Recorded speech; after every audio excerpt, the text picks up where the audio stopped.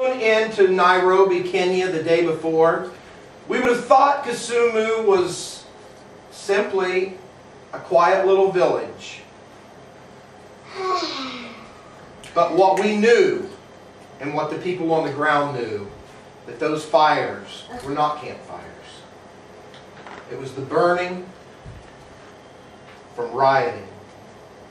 We came into Kenya for missionary work, to visit some churches, and to do some schooling.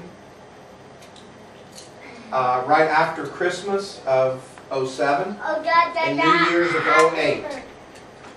What we hadn't planned on and what we didn't realize is that the day before Christmas had been the election day for Kenya.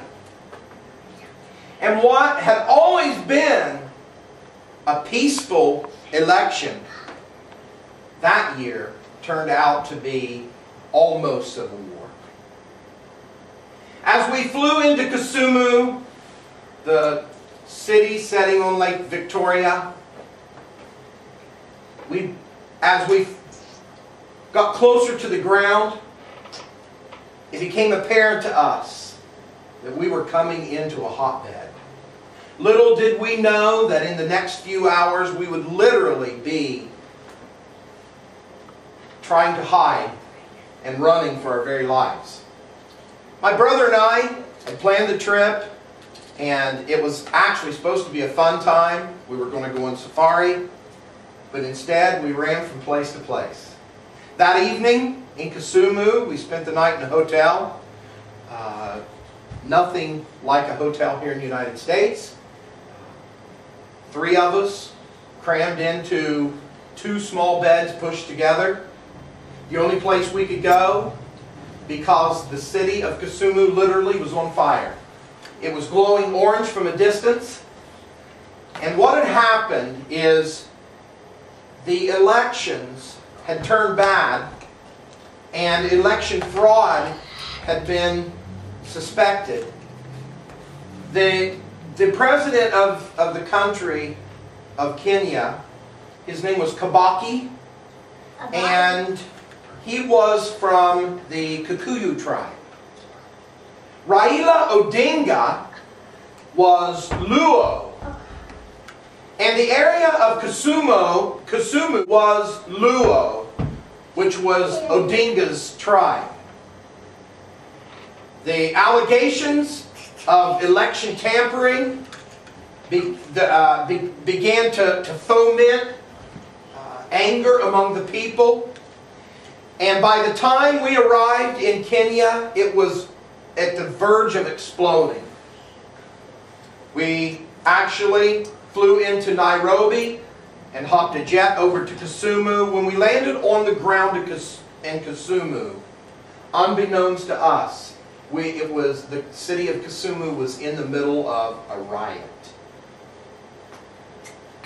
As we went downtown, small arms fire was going off, buildings were burning, and when I looked over at our cab driver, I realized we were in trouble.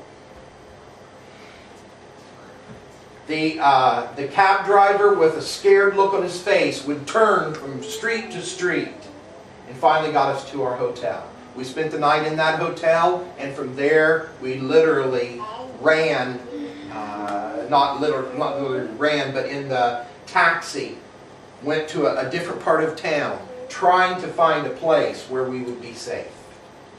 I had never experienced tear gas before until that time, but at that time I experienced tear gas. The next day, a group of people fleeing from the rioting decided that the safest place they could hide would be a church. And the rioters found them in the church and set the church on fire.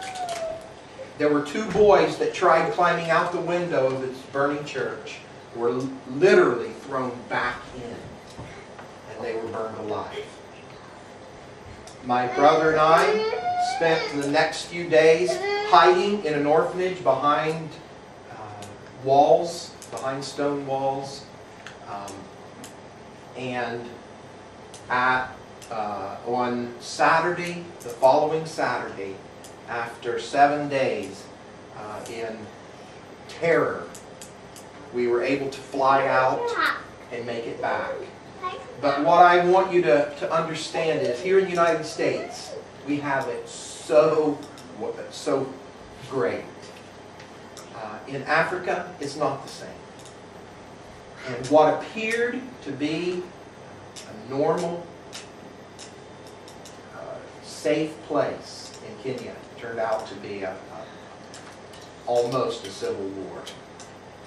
And that's my story, and that's my information on Kenya.